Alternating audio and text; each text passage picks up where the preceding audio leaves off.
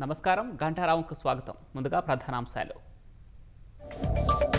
నాగార్జున సాగర్ జల విద్యుత్ కేంద్రాన్ని సందర్శించిన భట్టి. విద్యుత్ ఉత్పత్తిపై అధికారులకు ఉప ముఖ్యమంత్రి మార్గనిర్దేశం.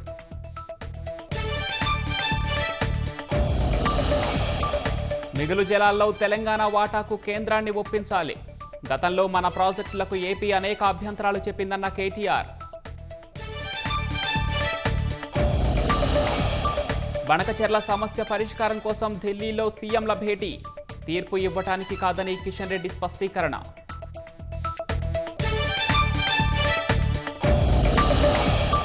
హెచ్సీఏలో నిధుల అవకతవకలపై కొనసాగుతున్న దర్యాప్తు.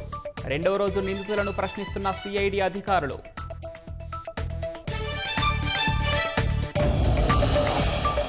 ఛత్తీస్గఢ్ మాజీ సీఎం భూపేష్ బఘేల్ కుమారుడు అరెస్ట్.